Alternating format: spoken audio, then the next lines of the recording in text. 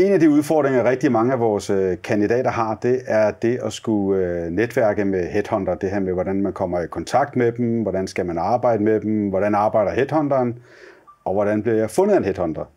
Så vi har i dag inviteret Sandra Lilje fra Blachman Search herind til at svare på et par spørgsmål, vi har på vegne af nogle af vores kandidater. Så vi håber, det kan være sådan en lidt behind the scenes og sætte et lys på, hvad man selv kan gøre for at gøre sig mere attraktiv. Så Sandra, først og fremmest tusind tak, fordi du kom. Og fordi tak, fordi jeg måtte komme. Tager tiden.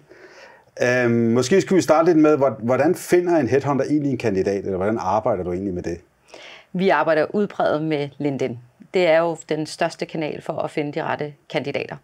Så bruger vi selvfølgelig også det eksisterende netværk, vi har, og netværksnetværk. Og så har vi også en talentbank, så det kan også godt betale sig at være aktiv der også. Så det er der, vi finder vores kandidater. Og når du nu siger LinkedIn, ja. Hvad er det så lige en god LinkedIn-profil er? Allerførst og fremmest en opdateret profil. Fordi det er ikke bare en selvfølge. Jeg kan blive overrasket over, at der er mange profiler, også om det kommercielle profiler eller andre profiler, som ikke har kontaktinformationer på, eller ikke har en opdateret profil i forhold til, hvad de kommer fra. Så en opdateret profil, og så en relevant profil i forhold til at gå ind og kigge på de kompetencer, de besidder. Og der har jeg helt klart også nogle råd til, hvordan kan man så sikre sig, at man har de rette kompetencer beskrevet på sin LinkedIn-profil. Så det er en god opdateret profil at holde sig hele tiden opdateret på den. Og så kommer det der spørgsmål, som alle sidder med, og der er rigtig mange svar på, ikke? Den her open to work under billedet, hvad med den? Det er blevet spurgt om mange gange, så tak for det. Der er ingen tvivl om, at der er sikkert nogen, der har lavet en masse statistik på, om det fungerer. Min holdning er, at jeg synes, der er mange andre ting, man kan gøre. Hold dig opdateret på LinkedIn, netværk, kommenter, have det rigtige netværk, men også lige så meget at skrive nogle historier, lave nogle indlæg, og så være aktiv derude. Ja. Jeg kigger ikke på, om de har open to work eller ej. Det er ikke en udelukkelse, men det er bestemt heller ikke noget, som klassificerer, at kandidaten er mere relevant eller ej. Det er sådan min klare holdning. Jeg har selv været jobsøgende, og jeg har ikke selv brugt den. Nej. Så når du søger, så gør du det primært på LinkedIn? Altid på LinkedIn. Og du bruger et LinkedIn-system til at søge med, sikkert? Vi bruger Recruiter, så det gør vi. Og når du søger på det, taster du så nogle søgeord ind på den kandidat, du skal finde? Ja, det er faktisk meget forskelligt afhængig af, hvilken profil der er. Det specialister, så bliver det meget konkret. Så bliver det sådan meget faglige kompetencer, vi går ind og kigger på. Men er det kommercielle profiler, så kan det være utrolig bredt. Og der vælger vi faktisk nok lidt atypisk at kigge meget, meget bredt, således at vi ikke misser nogen undervejs. Så det gør jo selvfølgelig, at jeg får langt flere kandidater frem, jeg kan kigge på, men så kommer jeg også hele vejen rundt. Og så er der selvfølgelig nogle spidskompetencer, der nogle gange skal være til stede, hvis vi taler marketing eller salg eller andet. Men vi tager en bred søgning. Og de søgeord, man nu skal findes på, skal jo selvfølgelig stå i ens profil. Det skal de. Er det lige meget, hvor de står på profilen, eller skal de stå op under ens navn, for eksempel? Altså, jeg er personligt fan af, at man går ind og aktiverer den her creator-tilstand, hvor der står, hvad man snakker om, for det giver lidt relevans i ens headline. For når vi searcher, så ser vi jo faktisk kun det øverste af profilen, og så skal vi aktivt gå ind og klikke på dem for at komme videre og se deres fulde profil. Så jo mere man kan være sådan helt specifik i headline og stilling og den her creator-tilstand, jo nemmere er det for os at klassificere de rigtige kandidater. Hvad med det her foto? Hvor vigtigt er det for dig?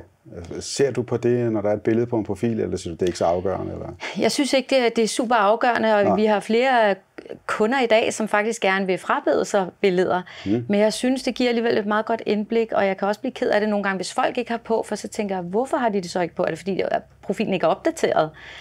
Og det hænger altså nogle gange sammen med det. Eller at der er noget, folk ikke synes skal fremvises. Så jeg kontakter også folk uden billeder. Så det er ikke afgørende. Det er ikke afgørende for mig. Nej. Vi har jo rigtig mange kandidater, som jo utrolig gerne vil være i kontakt med headhunter. Og vi har også en del, som synes, det kan være lidt svært at komme igennem til en headhunter. Hvad tænker du om det? Ja, det er jo ked af at høre, men jeg er jo med på, at lige nu, det er jo afhængigt af markedssituationer, og oftest også, hvor sultne headhunter er til at have dialog den anden vej. Jeg har altid haft en holdning, at altid holde god dialog, og altid bruge lidt tid på kandidater.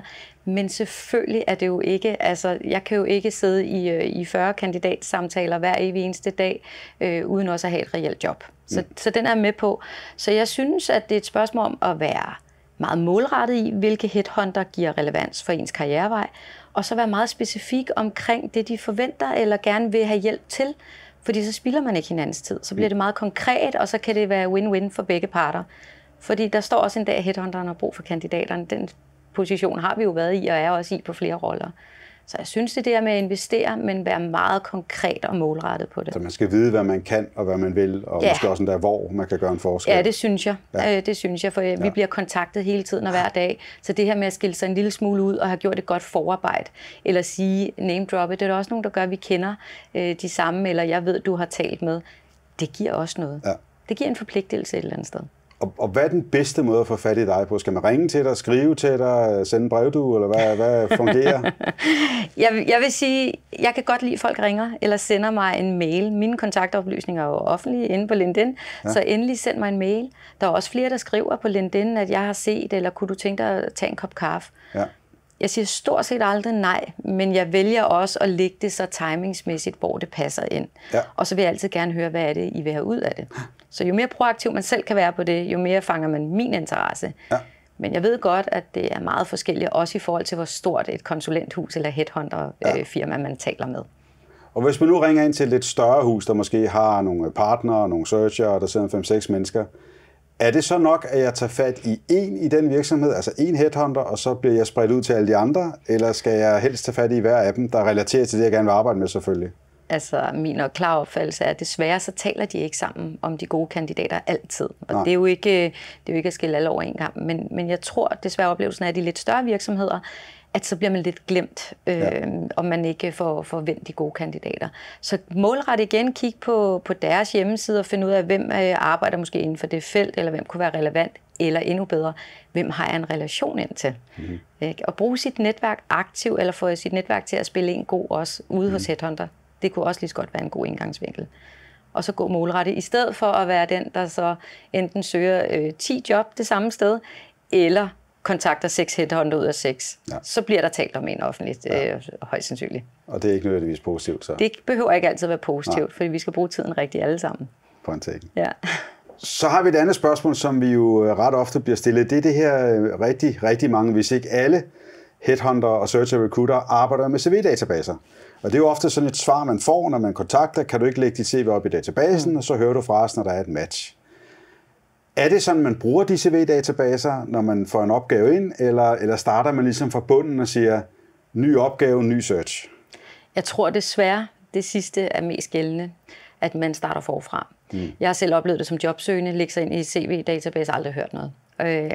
Vi bruger den aktivt, og det gør vi jo, fordi der potentielt er en masse guld i vores database, så vi kan selektere og søge på forskellige roller. Og beder faktisk også om aktivt, at de beder eller indikerer, hvilke fagområder de søger. Men desværre så tror jeg, at headhunter starter forfra hver gang, fordi CV de kan ligge derude og ikke være opdateret, og man kan have lavet en masse ting i mellemtiden. Så desværre ja, så tror jeg, det er sådan. Så dermed kan man vel også godt konkludere, at det giver god mening at tage fat i en headhunter mere end en gang om året? Uden tvivl at sige, at jeg ligger i jeres CV-database. Hvad er status? Jeg kan se, der er et relevant job, eller er der andet, eller en kop kaffe, jeg kan få. Så hold sig hele tiden opdateret og være på. Pleje sit netværk. Ja, løbende. Ja, og netværk er ikke kun sit netværk på LinkedIn, det er altså også headhunterne. Ja, det er jeg glad for, du siger. Ja.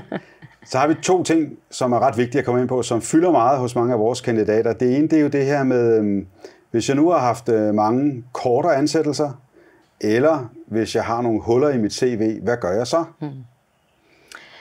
Jeg vil sige, det spørgsmål er rigtig interessant, for det er meget markedssituationsbestemt, synes jeg, om hvordan vi kigger på det her med huller i CV. Og jeg tror også helt ærligt, at vi kommer til at se folk jo med flere huller i CV'et fremadrettet, på grund af den markedssituation, vi har haft og har. Man skal være tydelig på sit CV. Jeg tager oftest folk ind egentlig på sådan en at sige, der er et eller andet interessant, de har mange skift, men jeg prøver alligevel at afdække. Og så viser det sig, at der er rigtig gode årsager oftest til det, men det har man ikke beskrevet godt nok i sit CV. Så hvis det er noget med, at virksomheden er gået konkurs, eller har flyttet til et andet land, eller andre relevante ting, så få det skrevet ned, fordi det skimmer vi hurtigt i CV'et. Hvad med de mange skift, hvis man nu har haft 5 ansættelser 1 års varighed? Men det er jo faktisk lidt samme situation. Det er netop, det kan være, at der har været en situation, som gør, at man har haft de her skift, eller man har været uheldig. Men ellers har man ikke det, og man selv har valgt, så skal man forklare sig ud af det, at hvad det er, der har været vigtigt i ens karriere. Ja. Fordi det er en udfordring, uden tvivl. Ja. Jeg kan godt se igennem, for jeg kan godt lide at kigge på mennesket og kompetencerne generelt, men det er ikke nødvendigvis, at mine kunder kan. Og hvad så med alder? Hvad med os, der har rundet 50? Jeg vil faktisk udfordre lidt og sige, at det er allerede mig, som er over 45, så det er det, vi allerede snakker alder. Ja. For os er det fuldkommen irrelevant. Okay. Men jeg vil også sige, at jeg er jo ikke mere naiv, end det er det jo ikke altid for vores kunder. Nej. Så jeg kigger på det her alder, som at sige, hvad er det for en sammensætning af kultur, virksomhed, team, man skal ind i. Det er jo det, der skal være den perfekte sammensætning. Vi har lige sat et helt kundeservice-team. Den yngste er 21, den ældste er 63. Det giver en utrolig god synergi. Og jeg har opfordret enormt mange, der er plus 50, når jeg sidder med dem og siger, lad nu være med ikke at sætte et billede på. Eller lad nu være med ikke at skrive din alder. Og jeg ved godt, det spørger vi ikke om, og databaserne anmoder heller ikke om det. Men embrace det. Altså, der er en masse guld derude, hvor at man har en masse kompetencer med alder, kommer viden og erfaring. Nå, det tror jeg, der er mange, der vil være glade for at høre. Ja, men jeg vil også sige, at vi sidder jo med den holdning, og vi udfordrer vores kunder. Ja. Men selvfølgelig kan der være nogle forhold hos kunden, som gør, at man skal have et andet match rundt omkring. Men det er jo på tværs af alder og køn og alle mulige andre ting. Det er jo alt. Ja. Sådan helt afslutningsvis, hvis du nu skulle give nogle gode råd til de jobsøgende, der sidder derude og tænker, nu kommer sommerferien, nu skal jeg i gang efter sommerferien. Hvad vil du sige, det skal du nok lige tænke over og komme i gang med? Så vil jeg sige, at de skal starte før sommerferien. De skal starte nu. Ja. De skal ikke vente til, de har været på badeferie. Ja. Så de skal ud af netværket nu. De skal opdatere deres LinkedIn-profil. Det er nu, vi har et overskud. Det er også nu, der faktisk er mange, der måske har lige den der ekstra time til en kop kaffe. Så sørg for at få deres CV opdateret, deres LinkedIn-profil. Få kigget på kompetencer og på LinkedIn, og helt specifikt gå ind og se, hvad for nogle job kunne være interessante, og så får man sådan en hurtig information fra LinkedIn, når man bestrider de kompetencer. Hvis man ikke gør, så kan man lige tilføje dem, hvis man altså besidder dem selvfølgelig. Og så gør sig relevant der, fordi så er det lidt nemmere, så skal man ikke starte forfra efter sommeren. Så man skal begynde nu for at være klar til efter sommeren? Afdæk. Jeg kan mærke, at jeg bliver kontaktet meget nu, og det er nu, jeg har lige lidt ekstra tid og overskud. Til kandidater? Ja. Okay. Så det vil jeg anbefale. Fedt. Tusind tak, fordi du gad komme forbi og ville dele din viden med os. Ja, tak. Det er godt. Hvis du nu sidder inde med nogle spørgsmål, eller brænder inde med noget, du ikke lige fik svar på, så tag fat i os på info@jobsherpa.dk eller skriv her i kommentarfeltet, og så skal vi prøve at svare på de spørgsmål så hurtigt som muligt.